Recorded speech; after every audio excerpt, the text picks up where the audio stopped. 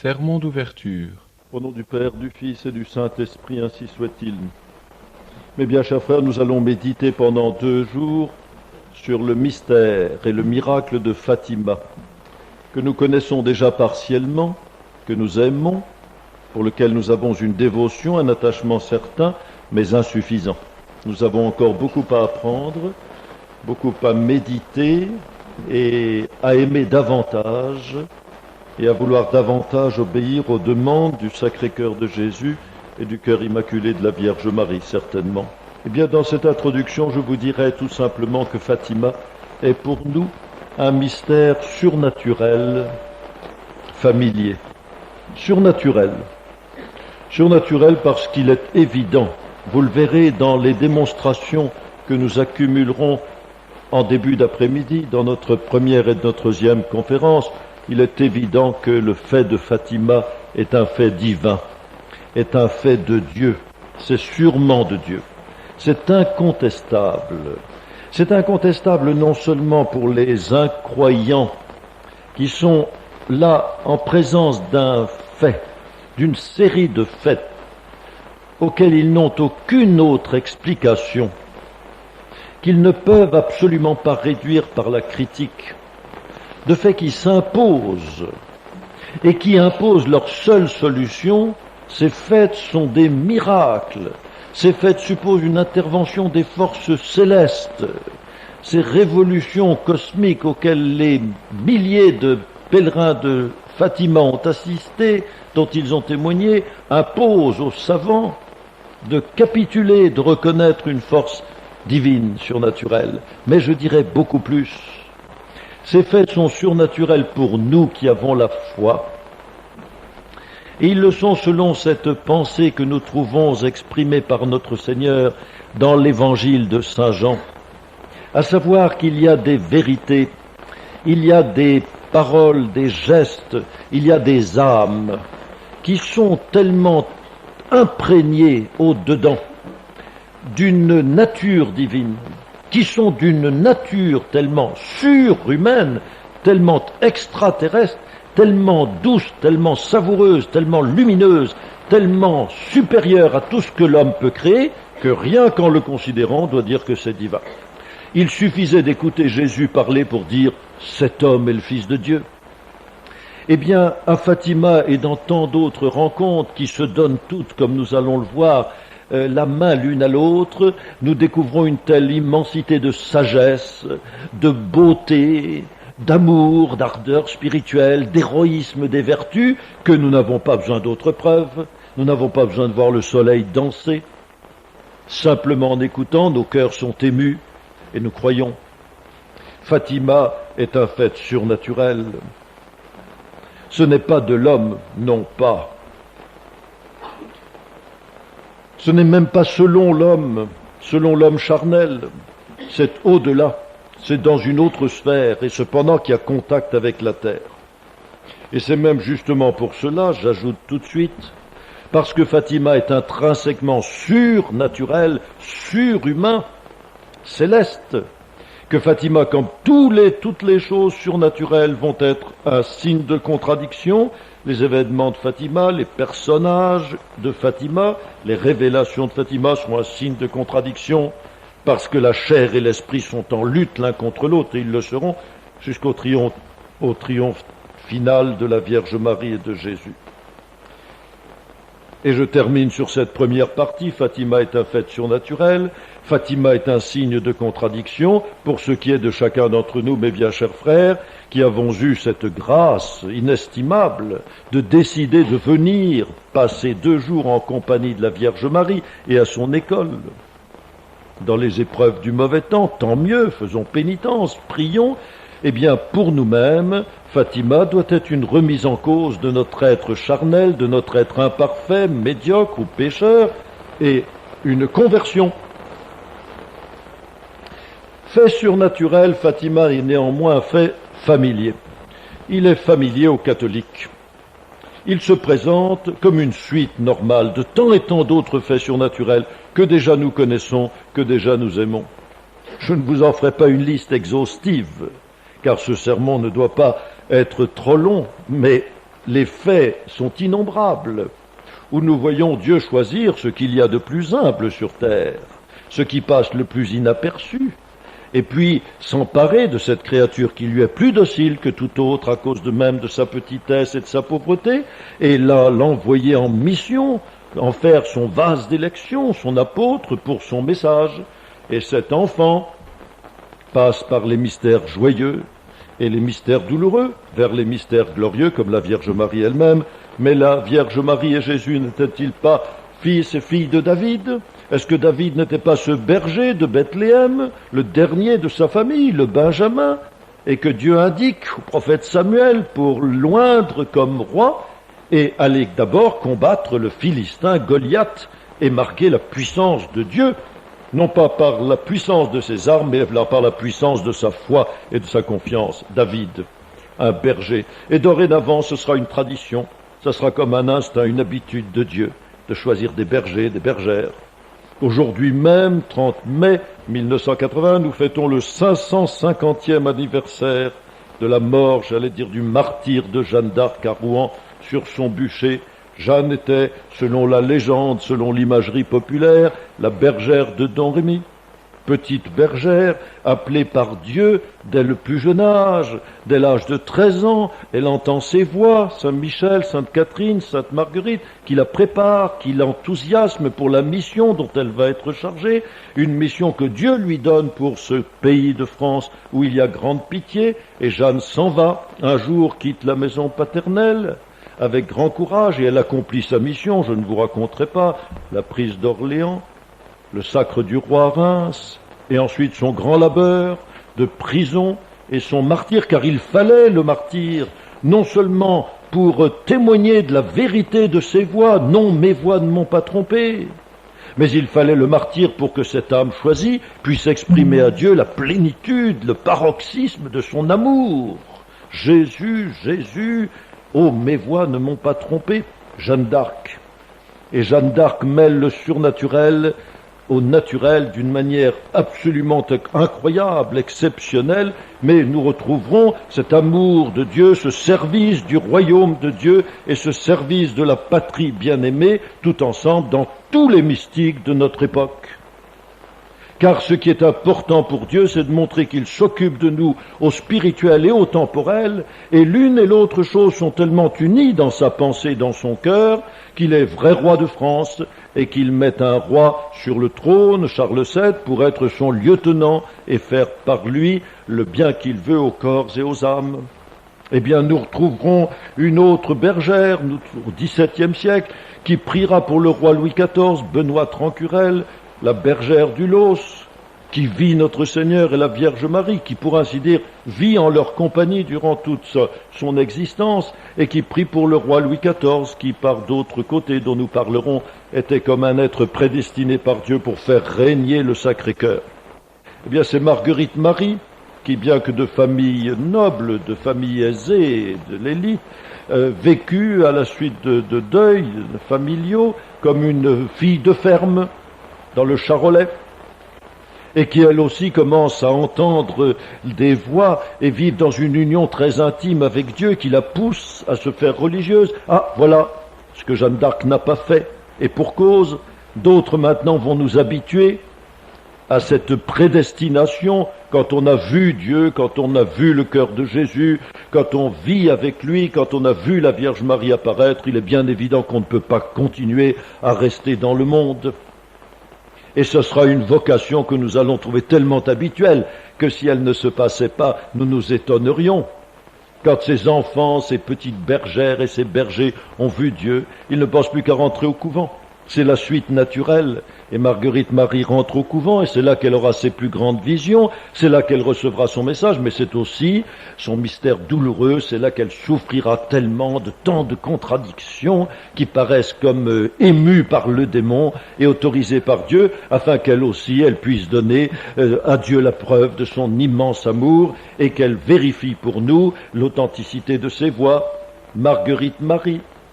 qui tout à la fois parle de consolation, de réparation au Sacré-Cœur, et en même temps de paix pour la France, d'exaltation de la monarchie française, si tout de même on veut bien en passer par les conditions de Dieu. Toujours la politique pour Dieu, déjà en Jeanne d'Arc et maintenant Marguerite Marie, nous le verrons en bien d'autres. La politique pour Dieu est une œuvre surnaturelle où il faut que les princes et les rois se mettent sous les ordres de Dieu, et ils n'auront d'efficacité que dans la mesure où ils voudront bien ne faire que tenir sa place et aussi réaliser ses desseins, ce que Louis XIV n'a pas fait, que la monarchie a fait trop tard, nous le savons. Et c'était en 1689, et la Révolution française vient 100 ans après, ce n'est pas un hasard. Eh bien encore des enfants, mais alors là nous en avons toute une pléiade. Ce sont toute une multitude de charmants petits-enfants, de charmants bergers et bergères que nous voyons là tout au long du XIXe siècle. Et nous les aimons et nous sommes tellement leurs frères et leurs sœurs. Et c'est Sainte Catherine Labouré, pauvre enfant, qui se fait religieuse, ayant vu Saint Vincent de Paul dans une apparition et qui ne pense plus, n'est-ce pas, qu'à donner toute son âme et tout son cœur à Dieu, à la Sainte Vierge. Sainte Catherine Labouré qui verra la Vierge Marie, rue du Bac, vous le savez, et qui tout à la fois annoncera les libéralités inouïes que la Vierge Marie veut faire pour tous ceux qui voudront bien se confier à son Immaculée Conception, qui voudront bien porter sa médaille miraculeuse, où le cœur de Jésus voisine avec le cœur de Marie. Ce sont bien des messages célestes que Sainte Catherine Labouré répand dans le monde, et en même temps, c'est l'avertissement à la société moderne de cet immense mystère d'iniquité qui va commencer quelques jours après ces grandes visions. En 1830, la couronne royale, la monarchie sacrée va être ébranlée. Ce sont les 3 journées prétendues glorieuses de juillet 1830. Il n'y aura plus de gouvernement légitime en France jusqu'à ce jour. Le roi va être renversé, le démon va se déclarer, va se répandre. Et bien déjà, dès ce moment, dès cette minute,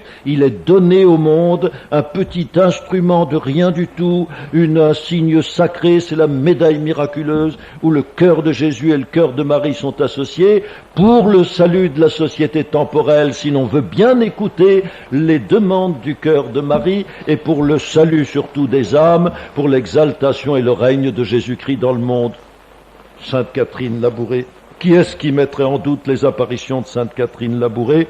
L'immense bien que ces révélations ont fait dans le monde entier, en France tout principalement, et cependant cela n'a pas réussi. Cela n'a pas réussi à opérer ce salut de l'humanité. Et il y a tant de signes que c'est pourtant dans cette voie que Dieu veut que nous nous engagions par amour. L'abbé Desgenette, curé de Notre-Dame des Victoires, en 1836, consacre sa paroisse au cœur immaculé de Marie par fidélité à cette révélation, et aussitôt, vous le savez, d'une manière tout à fait prodigieuse et inattendue, cette paroisse où tant et tant d'êtres étaient engagés dans l'incrédulité se convertit. Cela devient une des plus grandes et des plus ferventes paroisses de Paris. Parlerai-je des 2 petits bergers de la Salette qui voient la très sainte Vierge? Ce sont des petits bergers, et ils sont capables même de sortir de l'anonymat et de témoigner dans de grandes difficultés, de grandes diffamations, de grands rejets, car tout devient maintenant difficile, du message qu'ils apportent au monde, où il faut prier, faire pénitence pour que le monde soit sauvé des châtiments qu'il menace. Vous voyez, tout devient plus dramatique. Et là-dessus, nous avons notre chère petite Bernadette Soubirous. Heureusement que ses parents l'ont envoyée un petit peu à la campagne dans quelque temps, parce qu'elle a gardé les moutons, et pour nous, maintenant, c'est cette image d'Épinal de la bergère de Bartrès avec ses petits moutons. Eh bien, c'est cette Bernadette qui voit la Vierge Marie dans la grotte de Massabielle. Vous savez l'histoire et le message, et ce message qui aura une importance prodigieuse depuis 1858. 4 ans après que le pape Pie IX ait défini solennellement l'Immaculée Conception de la Vierge, l'immense influence de Lourdes, non seulement en France, mais dans le monde. Avec le curé d'Ars, on peut dire, et avec Sainte Thérèse de l'Enfant Jésus, on peut dire que ces géants de sainteté, qui n'étaient rien selon le monde, mais qui étaient tellement fidèles au message que Dieu leur donna, ont sauvé le monde au XIXe siècle du rationalisme, du matérialisme, de l'incrédulité. Alors évidemment, cette petite sainte, ayant vu la Sainte Vierge, ayant répandu son message, ne pensait qu'à s'effacer, et la voilà au couvent de Nevers, où elle souffrira de maladies, de certaines incompréhensions, puis tout de même elle souffrira tout simplement de ne plus vivre avec la Vierge Marie, mais vivre au milieu des hommes, et elle mourra ainsi dans de très grandes douleurs, dans un très grand abandon. Ce sont les mystères glorieux qui authentifient sa vocation et qui en même temps lui donnent d'exprimer à Dieu tout son amour. Nous commençons à être très habitués à tout cela. Et je parlerai des petits bergers de Pontmain. Des petits bergers de Pontmain, ils ne sont, je ne sais pas, je dis bergers, ce sont des fils de paysans de ce petit village tout proche d'ici. Et en 1871, ils voient la Vierge Marie apparaître. Mais priez, priez mes enfants, la guerre va vers sa fin.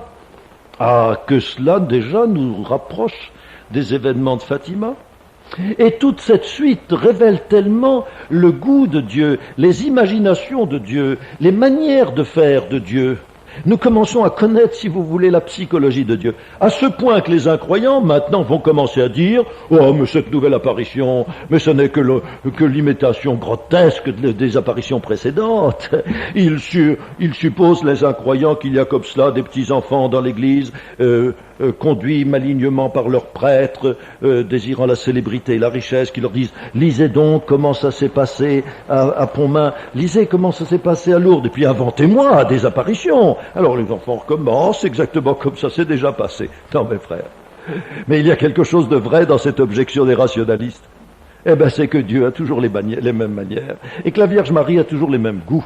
Les goûts pour l'humilité, les goûts pour la pauvreté, pour la simplicité.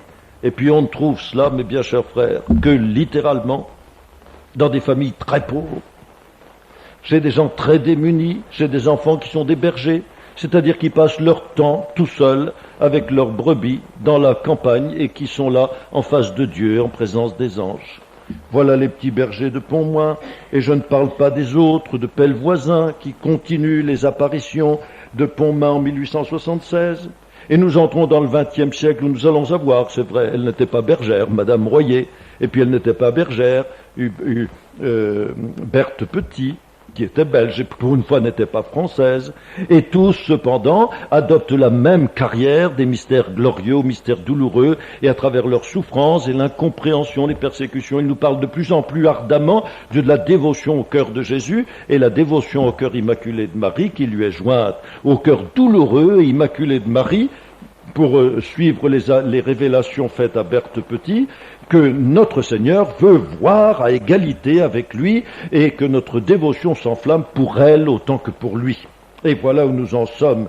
Et quand j'aurais parlé de Claire Ferchaud, et que j'aurais dit que la petite bergère des Rainfilières, vous êtes tous allés en pèlerinage aux Rainfilières, et vous avez vu comment cet enfant avait grandi dans une grande simplicité, une grande pureté, une grande pauvreté dans cette campagne, comment elle a reçu un beau jour du Sacré-Cœur de Jésus cette terrible mission d'aller parler au président de la République française, Poincaré, en pleine guerre, en 1916, et de lui demander la consécration de la France et que le Sacré-Cœur figure sur les drapeaux de la France, afin que la France soit victorieuse et que la France soit délivrée du chancre de la franc-maçonnerie diabolique. Ah, nous connaissons tout cela? Eh bien, mes chers frères, nous pourrions presque inventer Fatima, tellement Fatima est la suite de toute cette merveilleuse histoire. Mais si je dis que Fatima est la suite de tant et tant de très grandes apparitions, vous verrez pendant ces 2 jours que Fatima est, j'ose dire, autre chose. C'est un sommet, ou plus exactement, c'est le nœud même du drame. Après toutes ces apparitions qui nous paraissent presque des préparations, voilà que nous sommes en plein drame, et Fatima vient pour accompagner l'Église et l'humanité dans le plus grand drame de leur existence. Cela ne paraît pas au début, cela se développera peu à peu, cela commence seulement pour nous à devenir parfaitement clair.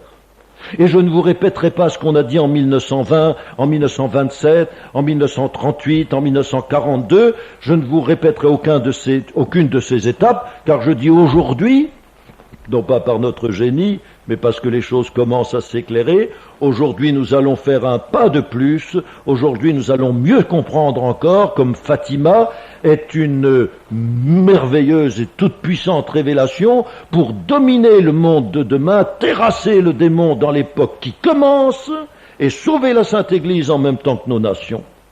Voilà ce que nous trouverons à Fatima, au Portugal, c'est vrai, non pas en France. Peut-être pour exciter notre sainte jalousie, car nous, la France, fille aînée de l'Église, nous avions quand même le privilège exclusif, ou presque, des révélations de la Sainte Vierge. Non. Et si la France est fille aînée de l'Église, Fatima est la fille cadette. Le Portugal est la fille cadette. Et nous le verrons par toute son histoire, le Portugal et le Portugal du commencement du XXe siècle méritait. Et j'ose dire qu'en 1917, le Portugal méritait davantage que la France, que la Vierge Marie descende chez lui et y fasse toutes ces merveilles en attendant qu'elle nous en donne un juste profit. Alors, mes chers frères, il est temps de conclure. Je conclurai, tout cela se suit. Et quand on croit en Fatima, c'est parce que déjà on croit en toute cette tradition où l'Église s'est mille et mille fois prononcée, avec plus ou moins d'autorité, mais c'est toujours prononcé avec un maximum d'affection et d'admiration. Et si l'on croit à toutes ces apparitions, on entre dans le mystère de Fatima, toutes portes ouvertes, avec une grande joie, une grande ferveur. Et le cardinal Cerejaira, dont nous parlerons et reparlerons, disait ceci: je suis sûr que Fatima sera, pour le culte du cœur de Marie, ce qu'a été Parelmonial pour le culte du cœur de Jésus. Fatima, d'une certaine manière, est la continuation, ou mieux la conclusion de Paray. Fatima réunit les deux cœurs que Dieu lui-même a unis dans l'œuvre divine de la rédemption des hommes. Et je dirais encore beaucoup plus. Il a raison, il a plus que raison. C'est la grande nouveauté des derniers siècles de notre histoire. C'est cette révélation du cœur de Jésus et du cœur immaculé et douloureux de Marie pour que l'Église y retrouve toute son ardeur par une dévotion particulière. C'est vrai, mais c'est toute la religion qui nous est ainsi redonnée pour notre siècle avec une puissance d'évocation et d'émotion saisissante. Toute la religion, premièrement, deuxièmement, troisièmement, quatrièmement, premièrement, le ciel. Ce sera un thème que nous allons conserver jusqu'à la fin de notre retraite d'aujourd'hui et de demain, le ciel, aller au ciel, d'abord le ciel, seul le ciel compte, le salut de l'âme, le salut des pauvres âmes qui se damnent, et en commençant par le salut de notre propre âme individuelle. Le ciel en est le prix, la terre n'est rien comparé au ciel. Voilà déjà en quoi Fatima nous sauve du matérialisme et du sécularisme actuel. Deuxièmement, pour aller au ciel, il y a un plus court chemin fait pour les pauvres âmes des pécheurs, pour les gens faibles et lâches que nous sommes tous, c'est d'adopter les prédilections divines. Et Dieu veut sauver les âmes quand ces âmes lui plaisent par quelques faiblesses de son cœur, et les faiblesses de son cœur il nous a fait connaître. Vous n'avez qu'à invoquer le cœur de Jésus. Vous n'avez qu'à invoquer aujourd'hui, à égalité avec le cœur de Jésus, le cœur immaculé de sa divine mère, et vous serez sauvés parce que Dieu sera désarmé. Toute sa colère disparaîtra. Et non seulement il faut les aimer, ces cœurs, mais il faut pratiquer les dévotions que Dieu vous indique. Alors là, vous êtes sûr de votre salut. Et cela pour les âmes individuelles. Mais parce que Dieu veut que ces cœurs soient honorés et glorifiés, il est prêt à tout donner à l'Église et à tout donner à nos nations, si l'Église et les nations se consacrent à ces divins cœurs qui ont une telle puissance sur le cœur de Dieu notre Père. Et ce sont les promesses réitérées faites aux nations, au Portugal, et à toutes les nations au monde entier, et à l'Église, s'ils veulent connaître la paix, une prospérité inouïe, de faire ce que Dieu désire qu'ils fassent. Et nous en reparlerons. Et là encore, parce que l'homme est homme, et parce que les nations se sont éloignées de Dieu, et parce que la Sainte Église s'est attiédie, il y a une terrible contradiction entre ces volontés divines pleines de miséricorde et la malice des hommes qui ne veulent pas les accepter, ce qui fait des événements de Fatima, du message de Fatima, un terrible signe de contradiction, et le paroxysme du combat, c'est encore aujourd'hui. Et il faudra donc lutter, il faudra souffrir pour être fidèles, mais à la fin, nous aurons notre martyr, c'est-à-dire que nous témoignerons de notre amour du cœur de Jésus et du cœur immaculé de Marie, et Dieu interviendra pour donner au monde les mystères glorieux. Je termine ainsi. Toutes ces prophéties sont des prophéties de miséricorde. Tout ce message se termine dans le triomphe final assuré, inconditionnel du cœur immaculé de Marie. Car il semblerait que nous ne puissions pas supporter l'accablement des persécutions actuelles, de l'esprit du malin répandu dans le monde, si nous n'avions pas, plus que l'espérance, la certitude que le cœur immaculé de Marie triomphera. Le Sacré-Cœur déjà disait à sainte Marguerite Marie au XVIIe siècle qu'il régnerait malgré Satan et tous ceux que Satan susciterait pour s'y opposer. Oui, la Vierge Marie triomphera, et le dernier mot de son secret le plus secret, c'est celui-ci, mais à la fin, mon cœur immaculé triomphera. Pourquoi? Parce que les desseins de Dieu sont infaillibles. Et parce que notre Père du ciel a dans le cœur un amour si puissant de Jésus-Christ, du cœur de Jésus transpercé sur la croix, qu'il veut que ce cœur soit l'objet d'une dévotion universelle, que tout nous soit donné par ce cœur, que rien ne nous soit donné sans le cœur de Jésus. Et deuxièmement, le Père et le Fils, dans le cœur de Jésus, ont un tel amour de la Vierge Marie, du cœur immaculé, du cœur douloureux de la Vierge Marie au pied du calvaire. Ils l'aiment tant, cette Vierge Marie, qu'ils ont décidé à la fin de l'histoire de l'humanité que tout serait donné à l'humanité par le cœur de Marie, et rien sans la dévotion au cœur immaculé de Marie. Mais Dieu triomphera, et donc le cœur immaculé et douloureux de Marie triomphera, et l'humanité un jour se convertira, la Russie et tous les peuples, et tous chanteront avec ferveur, avec ardeur, les gloires du cœur immaculé et douloureux de Marie, associé au cœur sacré de Jésus. Les prophéties à ce moment-là, mes bien chers frères, connaîtront leur ultime accomplissement. Alors, nous n'en sommes qu'à l'introduction de ces 2 jours. Nous n'avons pas tout dit, croyez-le bien. Mais il en est assez pour avoir une intention de prière pendant cette messe.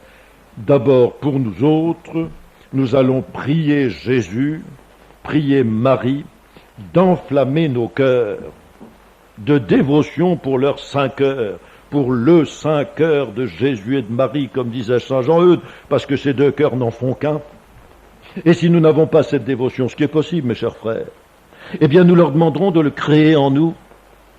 Sœur Lucie dit une chose merveilleuse, qu'elle a reçu la dévotion au cœur immaculé de Marie comme une vertu infuse. Cela descend du ciel dans le cœur. Il faut le demander, mais c'est le ciel qui le créera en nous.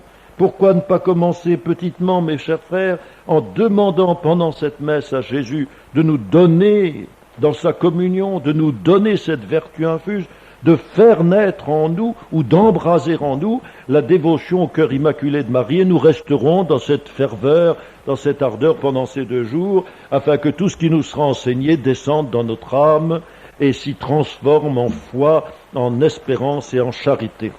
Ainsi soit-il.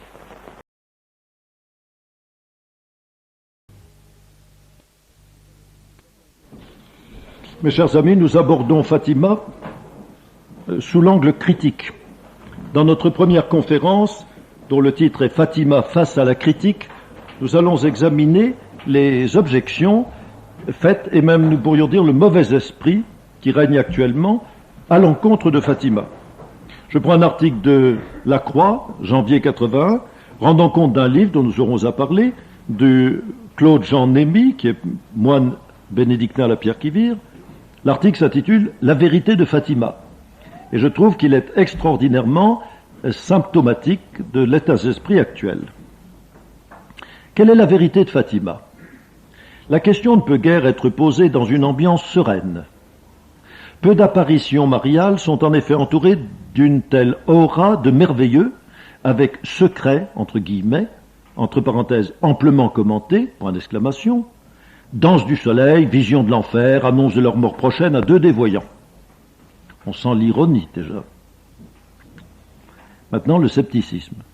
Aux variantes entre les récits, et peut-être faut-il parler de contradiction, est venue s'ajouter une exploitation des événements dans un sens intégriste, entre parenthèses, avec comme point d'ancrage la conversion de la Russie. Fermez la parenthèse. D'un autre bord interviennent des éléments qui n'aident en rien à la clarification, car le catholique ne peut que les récuser. La défiance et le scepticisme devant le surnaturel, le refus de toute piété mariale. Donc la croix se pose comme un modéré qui va prendre le tiers parti entre les intégristes et puis les progressistes qui envoient promener toute piété mariale. Il faut donc tenter de revenir aux faits. Vous voyez comme c'est habile. On va revenir aux faits entre le miracle, l'annonce de la mort des 2 enfants, l'idée de la conversion de la Russie, etc., puis la négation totale. On va revenir aux faits. C'est-à-dire aux événements même de Fatima, qui ne peuvent pas être ni ceci ni cela. Car enfin, les récits des apparitions existent. Les témoins, et certains sont des scientifiques, ne manquent pas. Comme cela a été fait pour Lourdes et d'autres lieux, un travail de critique des sources est actuellement en cours à Fatima. Il ne convaincra que ceux qui acceptent de l'être. On vous dit a priori qu'il ne convaincra que les gens déjà convertis. Du moins pourrait-il interdire désormais certaines interprétations fantaisistes, quelle qu'en soit l'origine. Donc on compte sur ce travail pour démythiser, démythologiser et faire taire les intégristes. Donc Claude Jean-Némy est au courant de ses travaux. C'est au Portugal même qu'il a puisé l'essentiel de son livre, La vérité de Fatima, qui nous donne une approche des événements dans toute leur complexité. Car Fatima déborde de beaucoup cette période du 13 mai au 13 octobre 1917, au cours de laquelle, par 6 fois, la Vierge Marie est apparue à 3 enfants de 10, 9 et 7 ans. Lucie, aujourd'hui carmélite, François et Jacinthe. Dès le printemps 1916, les enfants ont vu, entre guillemets, l'ange de la paix, l'ange du Portugal. Et après le 13 octobre, d'autres apparitions auront lieu. Mais sont-elles partie intégrante du message de Fatima? On laisse planer un doute. Jean-Némy décrit le déroulement des faits, l'atmosphère familiale, le cadre de vie de ce petit village qui va être bouleversé, l'atmosphère de pénitence des pèlerinages qui ne révèle pas du folklore. L'atmosphère de pénitence des pèlerinages qui ne relève pas du folklore. Citation, entre guillemets, ce qui est beau à Fatima, c'est le peuple portugais. Fermez les guillemets. Habileté dans cet article, la seule citation du livre dont on rend compte, c'est ce qui est beau à Fatima, c'est le peuple portugais. Donc c'est pas la Sainte Vierge, c'est pas les miracles, c'est pas le message, c'est pas etc. C'est le peuple portugais. Ça nous rappelle la bataille de la Marne. Qui a gagné la bataille de la Marne? Vous savez, on disait, c'est le soldat français. Et pendant ce temps, le général Joffre disait « Je sais qui l'aurait perdu ». Une dernière partie tente de dégager la convenance du message de Fatima avec la révélation. Mais emporte-t-elle l'adhésion? La dernière partie de Don Claude Jean-Némy consiste à montrer que le message de Fatima est parfaitement d'accord avec l'Évangile. La croix en doute. Emporte-t-elle l'adhésion? Conclusion, même après ce livre apologétique, mais honnête et informé, vous entendez bien, il est apologétique, c'est-à-dire qu'il essaye de défendre Fatima, et cependant, malgré ce parti pris apologétique, il est quand même honnête et informé. Conclusion de la Croix, journal catholique, il reste difficile de comprendre dans leur totalité les faits et la signification de Fatima. L'histoire, nous semble-t-il, doit reprendre ce dossier complexe. La foi, la piété mariale n'ont rien à redouter d'elle. Voilà. Donc, pour tout dire, et dès maintenant, Fatima est un fait non seulement en voie d'être oublié, négligé sciemment, mais contesté. Il faut savoir l'histoire du pèlerinage, l'histoire de la dévotion de Fatima, en 2 mots depuis 1917, d'abord lentement, et puis très rapidement, et d'une manière extraordinaire. La dévotion à Fatima s'est répandue, et groupant jusqu'à 500 000, 800 000, 1 million, 2 millions de personnes, et puis cela est retombé en partie, et cela se maintient néanmoins par tout un peuple fidèle, et le dernier 13 mai 81, il y avait 500 000 personnes à la Cova da Iria, personne n'en a parlé. Donc il y a un parti pris. L'apogée était sous le pontificat de Pie XII, et le déclin s'amorce très net à partir de 1960. Sans faire de corrélation avec aucun autre événement. Le voyage du pape Paul VI à Fatima, qui pour certains aurait dû être une consécration de Fatima, a été au contraire une occasion de contestation virulente où se sont exprimés non seulement des critiques pour ce voyage du pape qui portait de l'eau au moulin de Salazar, mais encore de critiques contre les apparitions elles-mêmes. Et des auteurs en France se sont déchaînés contre Fatima, Laurentin, le père Rouquette des études, les Cicéi, et au Portugal même, il faut le savoir, à ce moment-là, Salazar était sur la fin de sa vie, il allait avoir une crise cardiaque une rupture d'anévrisme en 1968 qui le ferait quitter le pouvoir. Au Portugal même, une certaine libéralisation de la censure permettait aux francs-maçons, qui sont toujours puissants au Portugal, de publier des articles et des livres contre les apparitions. Joao Ilharco, dont on parlera, publie Fatima démasquée en 1971, 1972, une polémique à ce sujet, et Caetano, qui succède à Salazar, est d'un grand libéralisme, et c'est ainsi que se prépare la révolution des œillets, et depuis, évidemment, la radio, les informations au service du gouvernement sont très opposées à Fatima, qui fait figure d'opposition. En France, en 1977, paraît un livre d'un certain Gérard de Sède, très bien informé, Fatima, enquête sur une imposture, et qui détruit Fatima de fond en comble, montre que c'est une imposture inventée par les curés, de pauvres enfants, nous allons en parler dans un instant. Ce livre doit faire énormément de mal, et nous voyons à quel point ces incroyants, c'est un anticlérical fiefé, public, avoué, ces gens trouvent dans la critique de Fatima par des théologiens catholiques et dans l'aide de progressistes portugais, chrétiens pour le socialisme, dans l'aide de tous ces gens-là, il a trouvé des sources, des informations qui lui permettent de détruire de fond en comble le fait de Fatima.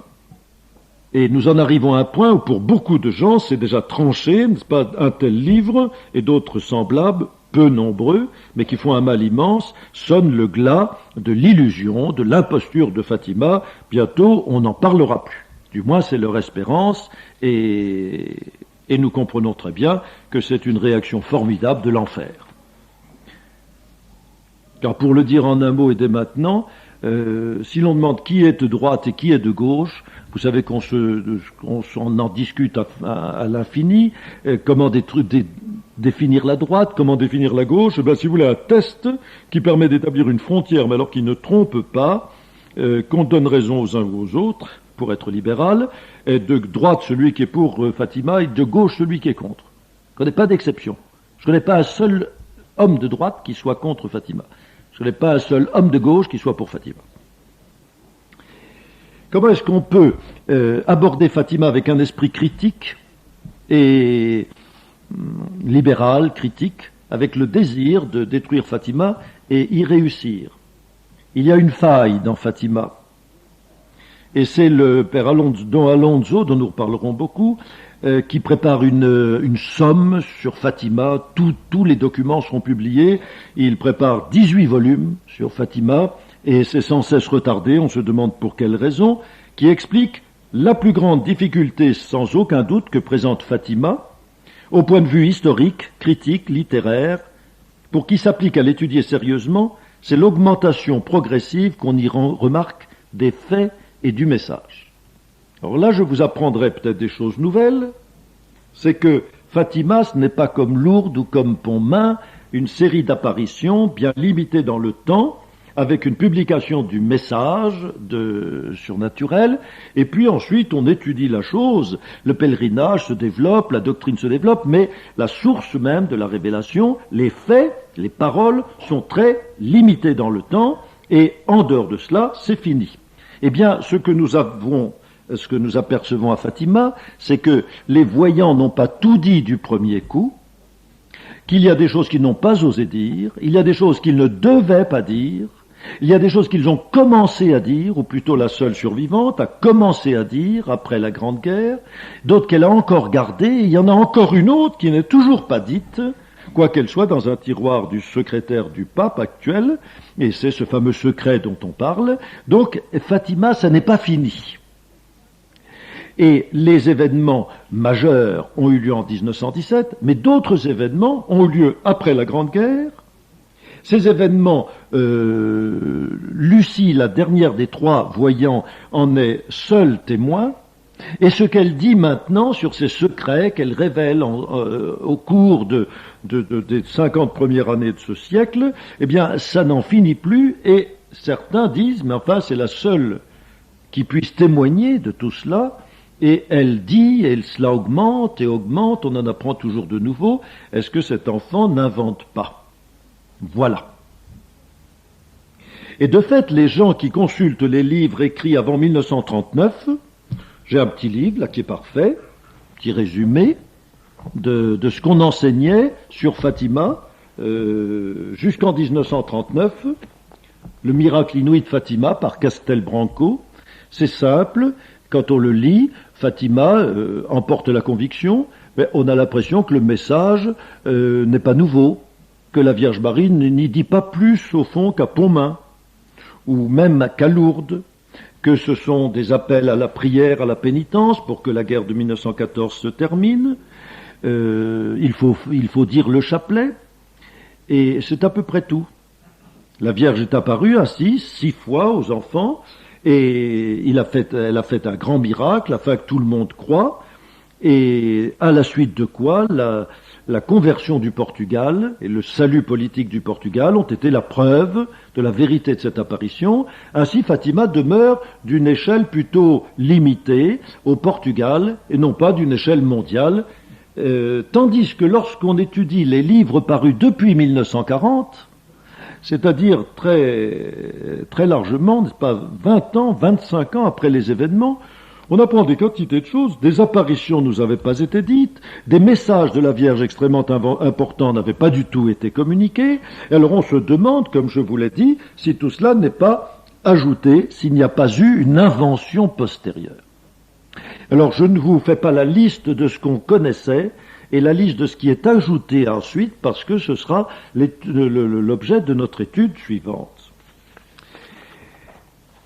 Et même je ne répondrai pas tout de suite à ces critiques en disant qu'il est tout à fait artificiel de séparer ce qu'on savait avant 1940, ou 41-42 pour être très précis, et puis de ce qu'on a su après, parce que parlent ainsi ceux qui ne sont pas au courant, qui ne se sont pas mis au courant des détails scientifiques de Fatima, de la date des documents, de l'objet de ces documents, et quand on étudie les choses de très près, il y faut beaucoup de travail quand même, on s'aperçoit que dès après la Grande Guerre, dès les années 25, 27, et même bien avant pour les confidences aux prêtres, les voyants, et puis Lucie ensuite toute seule, avaient déjà annoncé tout ce qu'on connaîtra plus tard.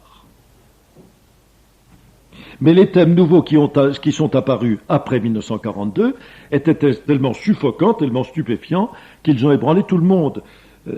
Les thèmes nouveaux sur les apparitions de l'ange, par exemple, que nous verrons tout à l'heure, ne sont pas d'une très grande portée, mais dès que les voyants, plus exactement Lucie, parle de la conversion de la Russie, qu'il faut obtenir par la consécration de la Russie au cœur immaculé de Marie, évidemment, vous comprenez que c'est une bombe qui fait un effet prodigieux sur tous les contemporains en 1942, en pleine guerre, où tout le monde parle de la Russie, où la Russie va sauver le monde par sa résistance contre la maille. Tout cela donne une coloration politique et polémique au message de Fatima, et tout d'un coup, Fatima prend une dimension internationale.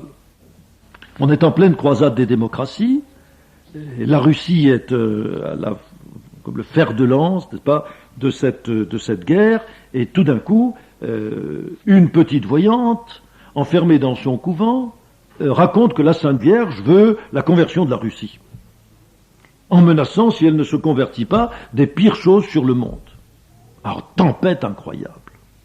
Eh bien, il faut savoir qu'un père jésuite, le père Danis, à Rome même, un père jésuite, donc catholique s'il n'y en a pas, théologien, consulteur au Saint-Office, professeur à l'université grégorienne de Rome, il est belge, a publié un article en flamand en 1945, donc 3 ans après que ce nouveau message, pour ainsi dire, ait été très répandue dans le monde par les efforts du cardinal Serreira à Lisbonne et par le pape Pie XII. Le père Danis écrit un article en flamand, un peu de lumière sur le secret de Fatima. Et c'est lui le premier qui va soulever dans l'Église une critique contre Fatima, une critique scientifique, théologique, et très habile. Critique qui éveillera une polémique dans les années suivantes. On en trouve des documents dans la Nouvelle Revue théologique, belge, en 1952. Et puis tout d'un coup, en 1948, le futur cardinal Journet, dans Nova et Vetera, revue qu'il dirige en Suisse, fait une attaque passionnée contre Fatima, en s'appuyant sur les livres du père Danis. N'oubliez pas que le futur cardinal Journet est ami intime de Maritain, qui est au sommet de sa gloire à ce moment-là, est ami intime de Monseigneur Montigny, qui deviendra Paul VI. Vous voyez déjà qu'il y a beaucoup de passion. Beaucoup de passion. Quelle est la thèse du père Danis? Elle est très fine. Elle peut trouver des fondements à être crus.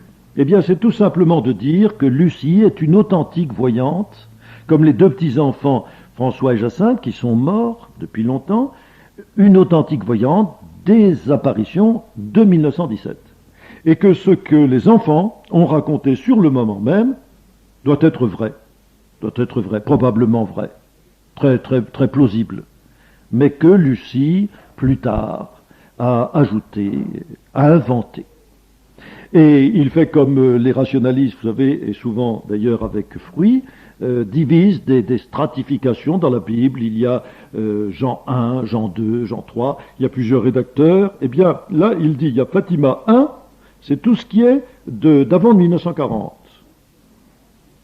Donc la première relation dans toute sa simplicité, sa pauvreté, et il y a Fatima 2, qui est grossi d'apports successifs beaucoup moins sûrs, suspecte, politicard, engagé et mal engagé. Et il conclut, il serait préférable de s'en tenir à Vatican I, qui en général résiste mieux à la critique. Tandis que dans Fatima II, tous les événements sont incontrôlables et il y a beaucoup de choses incroyables. Il a beau jeu de remettre en question le témoignage de Lucie, qui est religieuse à ce moment-là et qui est l'unique témoin. Alors, testis unus, testis nullius, c'est une affirmation du droit. Un seul témoin, on n'a pas à croire un seul témoin parce qu'il peut raconter ce qu'il veut. Les deux autres sont morts. Je regrette, mais nous ne savons plus tout cela que par un seul témoin, c'est trop faible. Lucie affabule, dit-il carrément, Lucie est mythomane. Et d'ailleurs, pourquoi est-ce qu'elle aurait attendu jusqu'en 1941 pour dire tout ça? Si c'était vrai, pourquoi elle ne l'a pas dit avant? Un silence aussi prolongé serait inexplicable psychologiquement. Une femme, c'est bavard, et puis ça aurait dû sortir avant. Et alors cela se double, on sent très bien que l'homme a pris cette thèse qu'il est commode à ses passions, alors il exploite la veine, et il trouve des quantités de raisons pour justifier sa doctrine, Fatima 1, Fatima 2.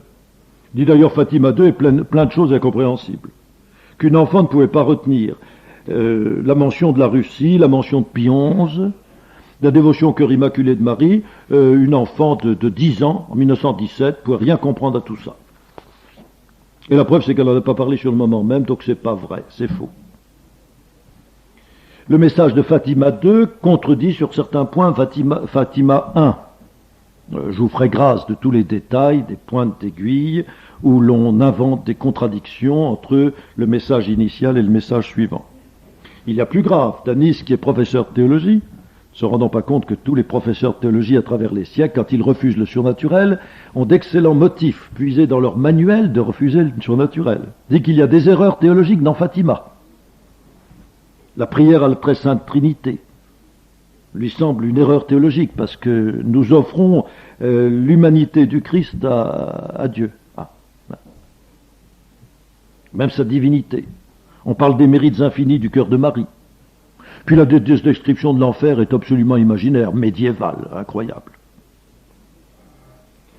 Et puis enfin, il lâche le morceau quand il dit, et puis demander au pape la consécration et aux évêques la consécration de la Russie au cœur immaculé de Marie, c'est complètement impossible, impensable. Donc c'est pas vrai. Pour les grands théologiens, ce qui est impensable n'est pas vrai. Et puis il y a des erreurs historiques. Des erreurs historiques. On dit que la guerre elle sera déclarée sous Pie XI. L'enfant ne savait même pas ce qui était Pie XI à ce moment-là, si c'était un roi ou un pape. Donc c'est pas possible. Et puis la guerre a été déclarée sous Pie XII, c'est une erreur. Donc ça vient pas de la Sainte Vierge. Et puis c'est l'Allemagne qui a déclaré la guerre. On n'en parle pas de l'Allemagne, on nous parle de la Russie. Donc c'est à côté de la plaque, c'est une prophétie fausse. Et ensuite on nous parlera d'une lumière inconnue et puis de la guerre qui doit venir, évidemment, puisque Lucie l'a inventée après la guerre. Elle avait beau jeu dire qu'en 1917 on lui avait déjà prophétisé ça. Quelle preuve nous avons que ça a été prophétisé avant? Et ainsi Fatima, morceau par morceau, sombre.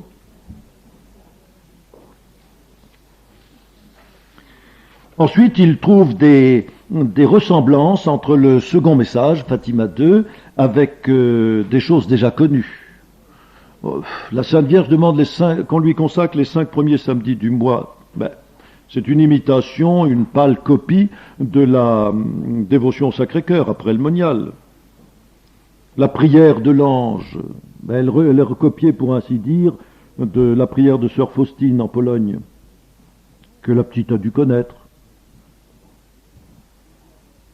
Et puis, il y a dans le message, le second message, une opposition du bien et du mal qui n'est pas acceptable. N'aurait-elle pas personnalisé les idées du message primitif en faisant du mal en général une incarnation concrète dans la Russie soviétique? Et c'est là qu'on voit où le bas les blesse. La Sainte Vierge attaque la Russie. C'est pas possible. C'est pas possible, c'est pas croyable. Et alors il conclut en disant l'Église a reconnu en 1930, parce qu'il n'y a pas moyen de dire que l'Église n'a pas reconnu, Pie XI lui-même, l'Église a reconnu l'authenticité des faits de Fatima en 1930, de ce qui était connu à l'époque, mais pas de tout ce que la voyante a affabulé ensuite. Et la conclusion, c'est de dire, pour Danis, bon, j'accepte 1917, mais je rejette Fatima 2, toute la fabulation conséquence. Seulement, je remarque que ceux qui iront plus loin se serviront des travaux de Danis qui les aident, parce que, en supposant que la voyante est une mythomane, et en rejetant la moitié des apparitions, il est bien sûr qu'on est porté à plus de radicalisme, et à dire la mythomane tout inventé, non pas seulement la moitié. On ne voit pas pourquoi elle aurait été fidèle, loyale, réaliste jusqu'en 1940, et à partir de 1940, mensongère, affabulatrice, mythomane, etc. Et puis enfin, si le cardinal Journet prend parti avec tellement de force pour la thèse de Danis, avec une passion incroyable, eh bien, nous ne sommes pas étonnés de lire sous sa plume: on nous parle d'une danse du soleil, d'une pluie de fleurs, et après cela on nous dit que le plus grand miracle, le miracle des miracles, est la situation florissante du Portugal. Pour qui donc nous prenez-vous, messieurs? L'imprimature peut vous garantir des hérésies, il est impuissant contre la bêtise. Ah. Donc, le travail du père Danis est un travail qui va de la croyance à la totale incroyance et qui prétend s'arrêter à mi-chemin.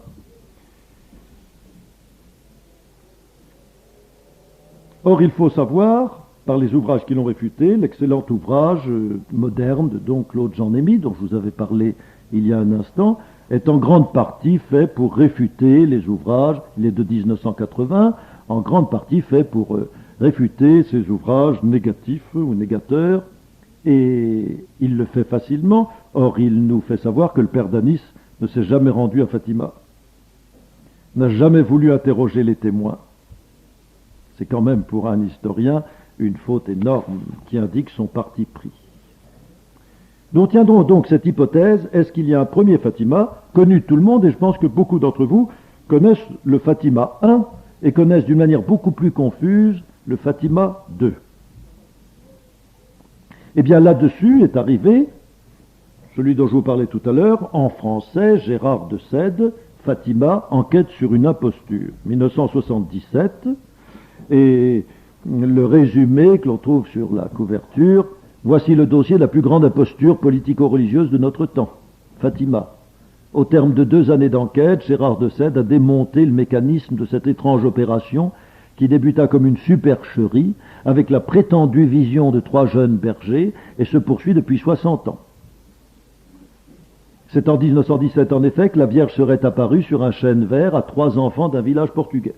Prodige, hallucination, escroquerie, quoi qu'il en soit, leurs déclarations sont à l'origine d'une fantastique exploitation politique, financière et religieuse, dont un puissant clergé local, le gouvernement portugais, le Vatican et l'intégrisme international furent les bénéficiaires.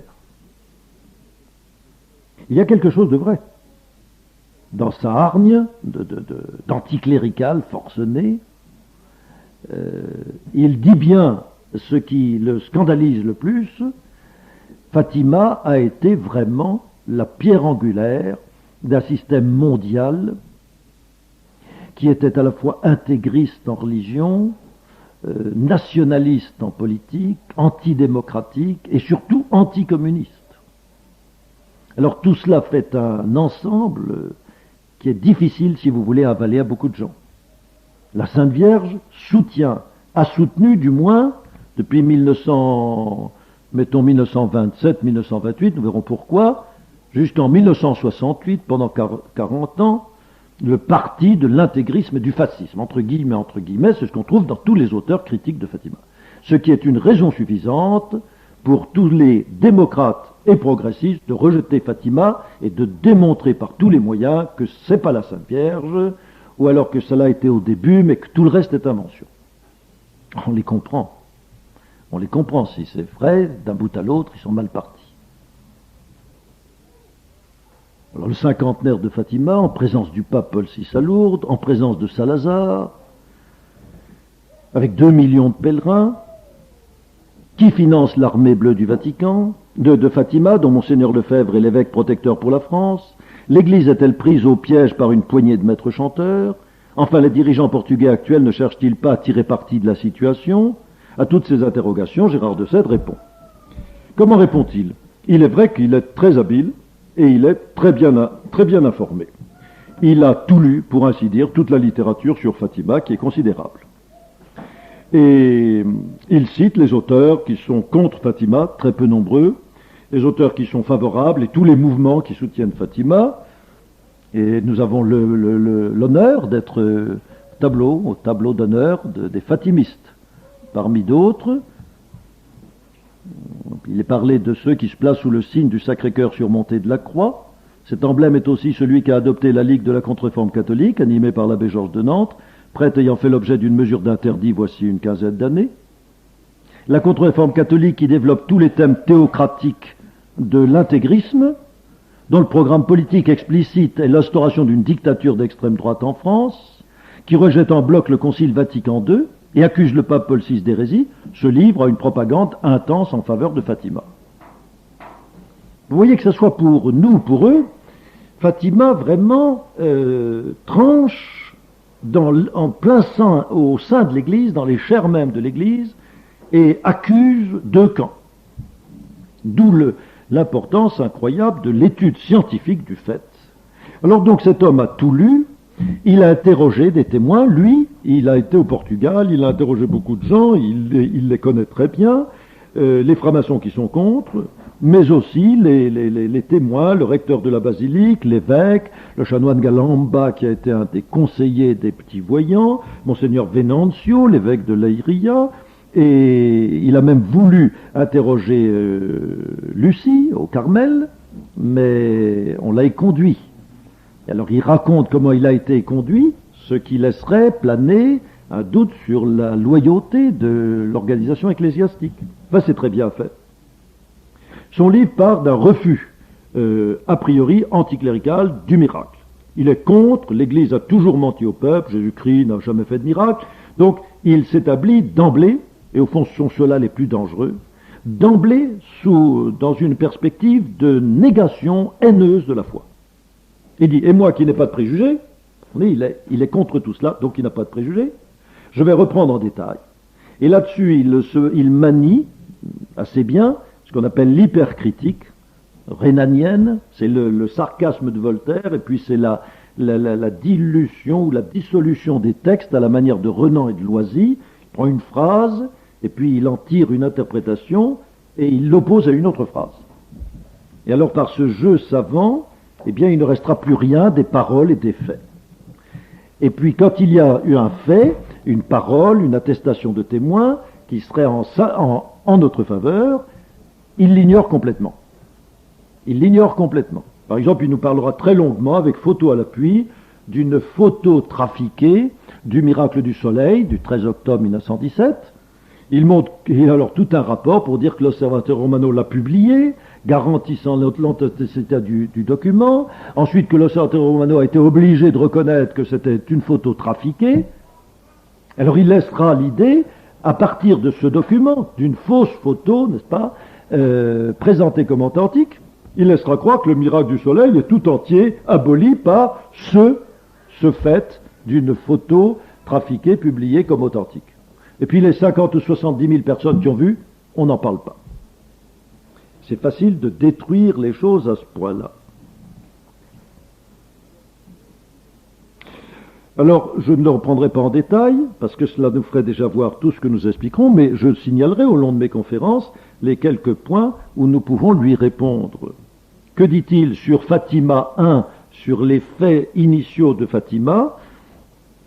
Il découvre certaines contradictions dans les paroles des voyants. Pensez, il y en a un qui dit que la Sainte Vierge avait des petits pendants d'oreilles d'or. Et c'est Lucie qui dit qu'elle avait des pendants d'oreilles d'or. Et François dit que, quand on lui l'interroge, est-ce qu'elle avait des pendants d'oreilles, il dit, je ne pouvais pas le voir parce que ses oreilles étaient cachées par son voile. Ah, preuve que. Voilà. La Vierge apparaîtra-t-elle encore? Lucie dit, je ne crois pas, elle ne m'a rien dit. Jacinthe, elle a dit que c'était la dernière fois. Vous voyez, quelques phrases. Et s'il n'y avait que ça, s'il n'y avait que ces phrases où il trouve des contradictions, ce serait très inquiétant. Mais si c'est une phrase dans une immense suite d'interrogatoires, et que tout le reste est magnifiquement cohérent, ça voudra simplement dire que ces voyants n'avaient pas une parfaite possession, maîtrise de leurs paroles. Quand ils étaient absolument lessivés par les questionnaires infinis qui, du matin au soir, ne cessaient de leur être adressés, il leur est arrivé parfois de dire « je ne sais plus, je ne sais plus ». Et puis souvent, quand ils ne voulaient pas dire un secret, ils disaient « je ne sais pas ». C'est leur manière de se défendre. Ils avaient 7, 8 et 10 ans, n'oublions pas, 7, 9 et 10 ans. Alors impitoyablement, on va reprendre telle ou telle expression et on va, à partir de là, détruire tout leur témoignage et attaquer leur loyauté. La dame arriva venant de l'Est. L'autre, je ne l'ai vue venir de nulle part. Elle est apparue sur le chêne. L'autre, elle avait des bas bleus. Pardon, elle avait des bas blancs. L'autre, je ne me souviens pas car je n'ai jamais regardé ses pieds. Ah, c'est contradictoire. Et puis il y a une parole qui est de fait assez ennuyeuse. Moi je ne la trouve pas du tout ennuyeuse, mais enfin d'une manière générale, elle est ennuyeuse. Le 13 octobre, il semble que Lucie ait dit « La guerre se termine aujourd'hui ». Aujourd'hui, 13 octobre. Alors il rit en disant « C'est stupide, c'est stupide ». Et alors, elle s'est obstinée à dire que la guerre se terminait le 13 octobre, sans voir que c'était stupide, puisque la guerre n'a pas fini le 13 octobre 1917. Alors, après, elle a dit, je ne sais plus exactement ce que la Sainte Vierge a dit, et puis Jacinthe avait dit, si vous priez, la guerre finit aujourd'hui. Mais moi, je trouve la guerre finit aujourd'hui... Moi, je croirais que cette parole est authentique. Au contraire, je la trouverais très très belle parce que ça voudrait dire aujourd'hui, dans la préscience de Dieu, dans la providence qui dirige les événements, déjà c'est fini. Le décret de châtiment, si vous voulez, est... Mais vous voyez, ce sont des pointes d'aiguille. Seulement, quand on a critiqué en disant que telle phrase contredit telle autre, que l'un dit qu'il y avait des pendants d'oreilles, l'autre dit qu'on ne pouvait pas les voir, etc., donc que tout ça c'est faux, il faut quand même expliquer. Quand même expliquer que les enfants aient dit avoir vu, et puis que des masses de peuples soient venus, et beaucoup de gens qui ne croyaient pas, et qui ont été transformés, qui ont cru, il faut tout de même une explication. Alors c'est l'explication des incroyants, dans Fatima comme dans l'Évangile, qui est la meilleure pierre apportée à l'édifice de notre foi. Tellement ridicule. Qu'à voir comment les incroyants expliquent la résurrection de Jésus-Christ pour comprendre vraiment qu'il y a eu un événement énorme et que cet événement n'a pas d'autre solution que celle du miracle. Il n'y a qu'à lire les gros ouvrages des rationalistes sur la conversion de saint Paul, sur le chemin de Damas, pour comprendre qu'il n'y a qu'une explication simple, facile, plausible, et c'est un coup de la grâce de Dieu, une conversion. Alors pour Fatima, eh bien pour Fatima, c'est une machination cléricale. Ce sont des prêtres, 3 prêtres, qui en 1914 se sont dit comment est-ce que nous pourrions rendre nos villages célèbres, ranimer la foi dans nos paroisses, faire rentrer beaucoup d'argent. Ils se sont dit, bon, on va faire comme à Lourdes, on va prendre des petits-enfants complètement bêtes et stupides, et on va les persuader d'inventer une apparition. Alors, Joao Iliarco, dont je vous ai parlé, le premier vraiment à avoir publié un livre contre les apparitions, déclarait que c'était une statue de la Vierge que les curés avaient posée sur un chêne vert et puis qui, dans le soleil levant, pouvait apparaître comme une apparition. Oui, vraiment, peut-être que vous allez croire que 3 petits bergers qui gardaient les brebis, là, ont vu une statue de la Sainte Vierge sur un chêne, tenant en équilibre sur des branches, et puis se sont imaginés que c'était une apparition de la Sainte Vierge. Pour Thomas da Fonseca, qui est un autre vieux franc-maçon de la Révolution de 1910, qui a donc tout intérêt à raconter des histoires, ce qu'on ne nous dit pas, on nous le donne comme un historien averti, un savant bien entendu. Alors c'était la femme jeune et jolie du colonel Genipro qui était là en de passage. C'était une jeune femme qui s'est baladée dans la campagne revêtue d'une robe blanche, et alors que les enfants ont vu, et alors à partir de là ils ont cru que c'était la Sainte Vierge. Et De Sède, lui, eh bien il dit oui mais on ne comprendrait pas l'ensemble des apparitions si on ne disait pas que ça a été d'abord la colonelle qui se promenait par là, et ensuite les curés ont fait durer l'affaire en remplaçant la colonelle, qui ne pouvait pas rester quand même des heures perchée sur son chêne vert, par une statue. Hein. Génial, c'est génial. Mais d'aller chercher la colonelle pour lui demander son avis, personne n'y a pensé.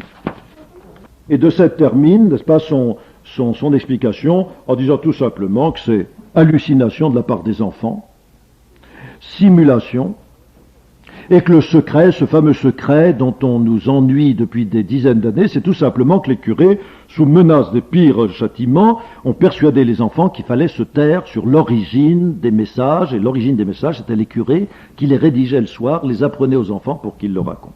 Enfin bref, je m'en voudrais, vous comprenez, d'insister là-dessus. Et alors soit 50 000, 70 000 personnes qui ont vu le soleil, etc., dont les vêtements trempés par la pluie ont été séchés en un instant, etc., tout ça, hallucination collective. Mais on les voit, ces gens, il y en a qui sont encore vivants, qui vous racontent.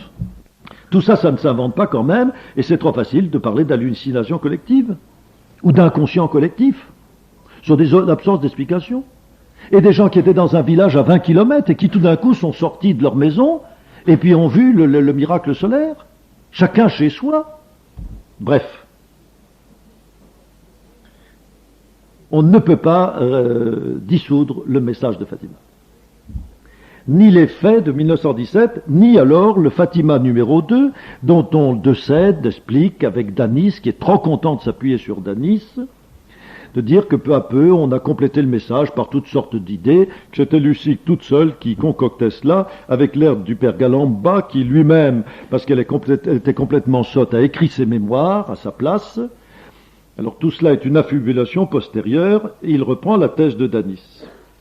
Lucie a dit, quand elle a lu le livre du père Danis, de l'article du père Danis, elle a dit, mais que ce jésuite vienne donc interroger les pères jésuites sous la direction desquels je suis depuis des années, qu'elle leur demande si en 1927, 1928, 1930, je leur ai pas déjà dit tout cela. Il dit que tout a été inventé en 40, qu'ils viennent leur demander. Il dit qu'il n'y a qu'un témoin, mais eux aussi sont des témoins, ce sont ses confrères jésuites, ce sont des saints prêtres, ils ne mentent pas qu'ils viennent demander. Il n'est même pas venu, le misérable. Alors, ce De Sède a l'audace de conclure, je ne crois pas avoir manqué au respect des chrétiens, ni à la rigueur qu'on peut exiger d'un historien en montrant que les apparitions de Fatima, tout comme celles qui les précèdent et les inspirent, lourdes, etc., comportent une explication naturelle. La colonelle, la statue, l'hystérie, l'invention collective, le mensonge des prêtres, etc. Non, c'est pitoyable.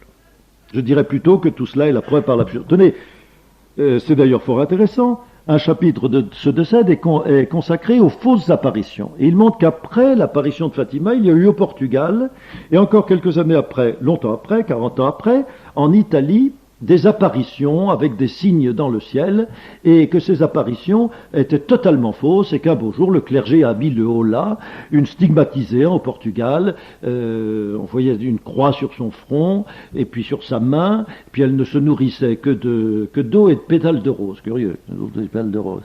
Et alors la foule s'y rendait, on croyait voir le soleil danser, et alors la hiérarchie a fait une enquête, un médecin catholique a mis cet enfant dans une clinique pour la surveiller matin et soir, jour et nuit, pour savoir si elle mangeait ou autre, puis l'imposture a été démasquée très vite.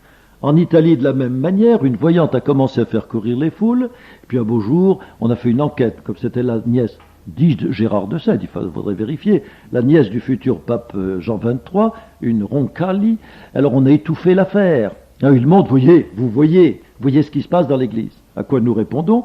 Mais ce qui est très notable, c'est que dans ces deux cas dont vous parlez, et dans 100 autres cas de fausses apparitions, l'Église est restée extrêmement prudente, et elle a eu bien vite fait de sentir la patte de Satan, ou tout simplement l'hystérie, envoyer ces gens-là chez le docteur, et puis arrêter les frais. Ce que vous devriez nous expliquer, c'est pourquoi l'Église, qui a été tellement lucide dans les cas de fausses apparitions, d'escroquerie, a soutenu, après avoir beaucoup être restée sur une grande réserve pendant longtemps, comment l'Église, le curé de Fatima d'abord, puis l'évêque de Lisbonne, et puis enfin Rome, sont entrés dans ce courant de reconnaissance de Fatima, et ça n'est pas sans enquête. Bref, quand on a fermé le livre de Decède, on dit, eh bien, pour le croire, il faudrait penser que lui-même a fait une enquête exhaustive et honnête, qu'il est parfaitement honnête dans tout ce qu'il dit, et que tous les autres, les voyants, les parents des voyants, sont des faussaires, sont des menteurs, sont des malhonnêtes. Or, dès que nous étudierons un peu les voyants, les parents des voyants, le curé, le chanoine Grousse, qui était un conseiller spirituel des enfants, nous découvrirons des gens d'une vertu, d'une honnêteté, en particulier d'une loyauté ferme comme le roc. Comment expliquer que tous ces gens-là, un beau jour, sans aucun rapport, aucun intérêt pour eux, se soient lancés dans une pareille affaire, à leur corps défendant, c'est impossible. Laissons les anticléricaux, laissons les libéraux qui ne sont pas très, très contents de tout cela, et disons simplement, les miracles existent, Decède déclare qu'il n'y a qu'une certaine personne, Madame Núñez Monteiro, épouse d'un commandant de vaisseau en retraite, qui a été guérie d'un manque d'appétit tenace. Alors il explique, vous voyez le cas de cette personne qui avait plus faim et qui a retrouvé son appétit en faisant pèlerinage à Fatima. Tout le monde rit. Et il déclare qu'il n'y a pas d'autre miracle que celui-là, alors que c'est par dizaines et dizaines que des miracles ont été constatés, des miracles absolument incontestables. Il n'y a qu'à lire le chanoine Barthas. La pluie de pétales de rose, il prétend que c'est une invention. C'est facile. Comme il ne se passait rien d'extraordinaire, on fit courir ce jour-là la rumeur qu'une pluie de fleurs était tombée. Il y avait 30 000 personnes. Alors pour faire courir le bruit qu'une pluie de fleurs est tombée, et que 30 000 personnes le disent dans tout le Portugal, imaginez que je vous dise, ce soir, je dis, vous avez vu la pluie de fleurs qui est tombée à midi au-dessus de la tente, là, ici? Il n'y aurait pas un seul d'entre vous pour aller le raconter dans sa famille. Non. Il va plus loin. Gérard de Sède nous explique que les curés, pour que la légende dure, ont persuadé les petits, Jacinthe et François, qui avaient 7 ans et 9 ans, de faire tellement de pénitence que rigoureusement ils se laissent mourir de faim, parce qu'on dit ces enfants, ils finiront par causer. Et de fait, François et Jacinthe sont morts en 1919 et 1920. Les curés ont bien joué, ils s'étaient débarrassés déjà de 2 des voyants. Il le dit, que les curés, n'est-ce pas, les ont fait mourir. Et la 3e qui refusait de mourir, ils l'ont claustré dans un couvent pour avoir la paix. Il fallait faire disparaître ces petits qui auraient fini par dévoiler la comédie. Charmant. D'où des pénitences inhumaines. Ce qu'il ne dit pas, c'est que ces enfants de fait faisaient des pénitences d'une manière stupéfiante à partir du moment où ils ont reçu certains messages que nous dirons après les apparitions, c'est vrai, mais ce qu'il faut dire aussi, et qu'il ne dit pas par des coupures dans les textes, des coupures savantes, c'est que les prêtres, la Vierge Marie elle-même, leur a ordonné de modérer leur pénitence, et que les prêtres, ensuite, leur ont ordonné de faire moins de pénitence pour vivre, justement. De la même manière, après avoir fait mourir les deux petits, Jacinthe et François, ils nous disent que le départ de Lucie, de Fatima pour Villars, nous verrons cela, a été une séquestration illégale. Quant à Lucie, on ne la laisse pas longtemps vaticiner en liberté. En 1921, Monseigneur da Silva l'a fait enfermer sous une fausse identité dans une modeste pension religieuse de Porto, la pension de Villars. Il était sage de l'affubler d'un nom d'emprunt, car il s'agissait d'une séquestration illégale. L'enfant étant mineur et venant de perdre son père et sa mère, seule l'autorité publique était habilitée à prendre soin de son éducation. À 17 ans, toujours en secret et illégalement, il fut transféré en Espagne. Donc, d'après M. de Sède, qui a tout examiné, cet enfant était orpheline. Les curés l'ont fait partir dans un monastère, l'ont caché d'une manière illégale. Mais c'est pas vrai, il fait mourir la mère. Avant, sa mère est morte en 1942. Ce qui est vrai, c'est que la mère de Lucie avait été très gravement malade de crise cardiaque en 1919, mais elle avait été guérie à la Cova da Iria, justement. Elle n'a plus eu une seule crise cardiaque alors que les médecins la condamnaient, et elle a vécu comme ça jusqu'en 1942. Mentez toujours, il y en restera quelque chose. Et que c'est la mère qui disait aux enquêteurs qu'elle savait très bien où était sa fille et que c'était par sa volonté qu'elle était partie. Elle est où je veux qu'elle soit et vous ne saurez rien d'autre. Etc. Mais comment voulez-vous que les gens qui lisent des livres pareils ne soient pas atteints par le doute?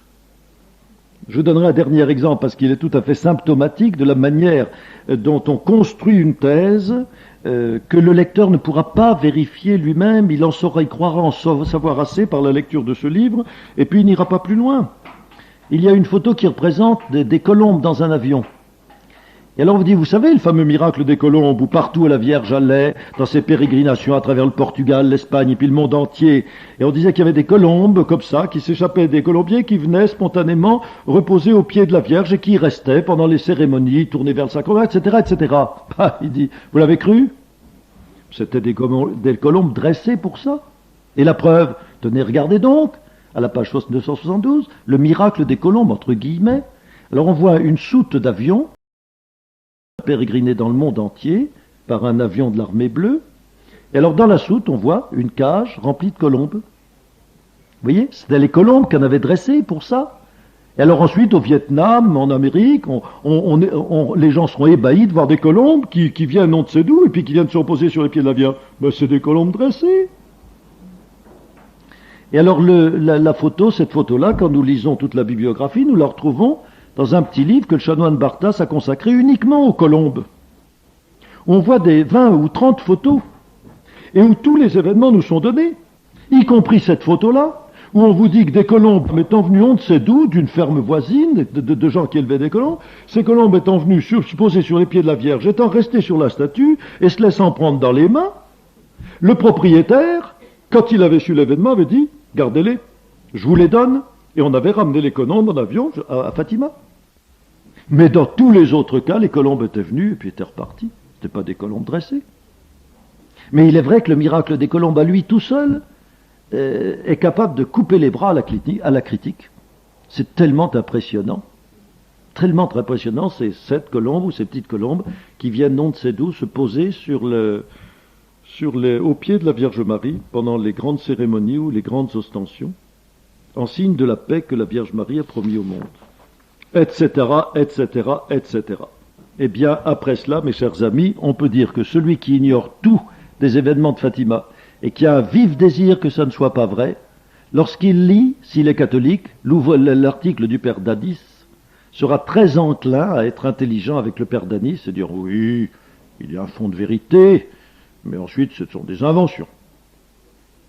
Comment voulez-vous que le bon Dieu permette que des enfants voient la Vierge Marie, sa mère, en témoignent loyalement, et qu'ensuite les mêmes enfants trompent le monde, les évêques, les cardinaux, le pape lui-même, et mettent l'agitation dans le monde? Pour nous, croyants, c'est impensable.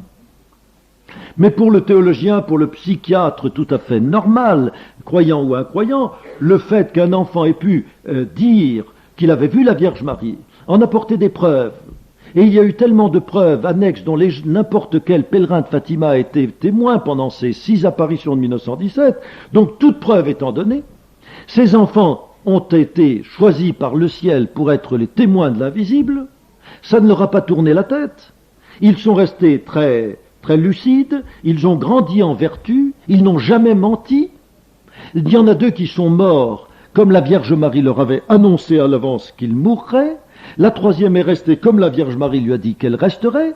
Elle est restée enfermée dans un couvent, puis dans un autre, et enfin au Carmel de Coimbra, où elle vit encore actuellement, avec une magnifique présence d'esprit, un grand réalisme, une grande piété, une grande soumission à ses supérieurs. Et vous voulez nous dire que c'est ça, une hallucinée, une hystérique qui invente des choses à plaisir? Non, la thèse est absolument désespérée. La thèse de Danis. La thèse de De Sède est plus radicale, je préfère. Vous savez que pour ce qui est de Jésus-Christ, toutes les thèses intermédiaires qui disent que Jésus-Christ était un homme extraordinaire, qu'il a quand même fait des miracles, mais qui n'est pas ressuscité, qu'il était fils de Marie et de Joseph, mais qu'il a découvert sa divinité à mesure que les choses marchaient, toutes les thèses intermédiaires sont incohérentes. Il n'y a qu'une thèse, plutôt il y en a 2, c'est la thèse du docteur Couchou, c'est le docteur Couchou qui explique qu'il n'y a que 2 thèses logiques, ou bien Jésus-Christ est le Fils de Dieu fait homme comme le croient les catholiques, c'est réglé, voilà, on accepte tout. Ou alors Jésus-Christ n'a pas existé du tout. Toutes les autres thèses intermédiaires sont des thèses subjectives où chacun en prend et en laisse selon son caprice. Voilà qui est très fort. Eh bien, dans Fatima, comme je vous le montrerai dans les conférences de cet après-midi, il n'y a que 2 thèses. Il y a la thèse de De Sède, rien de tout cela n'est vrai. Et la thèse catholique, tout est vrai. Que ce soit au plan médical, que ce soit au plan des documents historiques, que ce soit au plan de la foi, on ne peut pas diviser le fait de Fatima. C'est tout ou rien. Or, le rien, nous sommes heureux d'avoir ce livre de De Sède, le rien ne peut se prouver que par la censure des textes, le silence sur certains faits absolument inexplicables parce que miraculeux, une étude de certaines phrases opposées à d'autres qui donnent l'apparence d'une critique scientifique, et puis finalement une explication qui est absolument impossible, invivable. Comment voulez-vous que le 13 octobre, 70 000 personnes, dont beaucoup étaient venus là par dérision, dont le journaliste Dos Século, qui était le journal libéral, c'est-à-dire franc-maçon de Lisbonne, était présent et fera un article tout à fait objectif. Beaucoup de gens étaient venus là sans aucune foi, furieux de voir que les heures passaient, qu'on leur avait dit qu'il y aurait un grand miracle et que midi était passé depuis longtemps et que rien ne venait, et que tous ces gens-là, 2 heures de l'après-midi, c'était midi selon le soleil. L'heure légale, c'était déjà 2 heures. Voilà. Eh bien, à midi selon le soleil, voilà que tout le monde regarde le soleil, peut voir le soleil en face. Le grand miracle, 70 000 personnes en témoignent.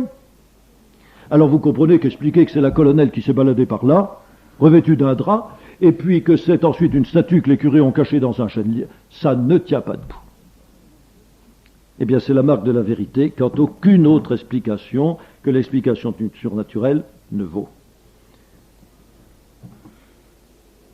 Je termine d'un mot. L'autre mérite de Gérard de Sède, qui est l'ennemi de notre foi, déclaré, eh bien, cet autre mérite, c'est de dire qu'entre Fatima et le nationalisme catholique et l'ordre nouveau portugais, il y a un lien très certain. Fatima aide Salazar, Salazar aide Fatima, dit-il, avec raison. Et d'autre part, entre Fatima et le catholicisme traditionnel, lui dit intégriste, entre guillemets, il est certain qu'il y a une liaison. Il dit, page 179, Fatima, c'est la déesse de l'intégrisme. Alors vous voyez qu'en étudiant Fatima très sérieusement, nous allons le faire, en étudiant Fatima très sérieusement, nous étudions, pour ainsi dire, le tout de notre religion et même, je dirais, de notre politique. Si Fatima est vraie, nous voilà très confortés, vous le verrez demain soir. Si Fatima est vraie, nous voilà très très confortés dans nos convictions. Si Fatima est faux, alors tout est à reprendre et alors on ne comprend plus rien à rien.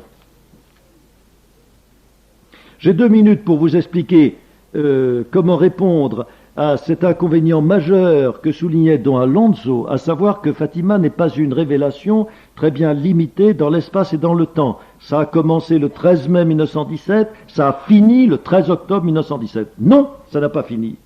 Ça a continué, ça continue encore. Sachez-le bien, pour ceux qui l'ignorent, Lucie, la dernière voyante, vit encore. Elle vit au Carmel de Coïmbre, elle a demandé à parler en secret au pape Paul VI quand Paul VI a été à Lisbonne, à Fatima en pèlerinage, elle continue à avoir ses idées, à avoir quelque chose à dire, et donc aujourd'hui encore, ça n'est pas clos, c'est prodigieux. Eh bien, au lieu d'être, c'est peut-être un inconvénient pour le père Danis et pour Gérard de Sède, c'est que ça ne soit pas fini, ça ne permet pas aux savants d'élucider une théorie définitive. Bon, de ce point de vue-là, Fatima est beaucoup plus ennuyeux, n'est pas que lourde. Mais du point de vue qui nous intéresse, à savoir du point de vue des lumières dont nous avons besoin aujourd'hui, là, le 30 mai 1980, des lumières dont nous avons besoin pour la direction de notre vie et pour le secours de notre foi, que Fatima ne soit pas terminée, c'est prodigieux. Voilà donc 60 ans que Fatima continue. Certes, la révélation première, substantielle, a été faite, nous le verrons, mais la rédaction des messages et des secrets s'est étendue dans les années suivantes, et il n'est pas dit que ce soit tout à fait achevé. Et puis le passage de ce message dans les veines et les artères du peuple de Dieu a demandé du temps, et pratiquement les papes n'ont permis que cela soit qu'à partir de 1940. Mais chose prodigieuse, à mesure que le temps avance, ce message prend une coloration différente, à savoir que nous le comprenons mieux. Et je n'ai qu'un mot pour terminer cette première conférence, c'est qu'à Fatima, on ne peut pas dire que la Vierge est venue et repartie, Notre-Dame vit avec l'Église. Elle vit avec l'Église, elle nous aide, et nous verrions comment le message immédiat nous aidait à comprendre la guerre de 14 et reprendre espérance au moment de 1917, le moment le plus tragique, en sachant que la paix allait venir. Et puis dans l'entre-deux-guerres, le message de Fatima nous prévenait qu'une autre guerre allait venir, et on en a eu la preuve en 1938, on le savait, il n'y avait qu'à écouter Fatima. Et puis il y a une prophétie que nous verrons qui était pour l'après-guerre, et je dirais volontiers que c'était pour 1944, et cela concernait la Russie, et on n'a pas voulu l'écouter. Et puis il y a une prophétie que je dirais pour nos temps d'apostasie d'aujourd'hui, en 1960, et je vous le montrerai. Et puis il y a une prophétie qui vise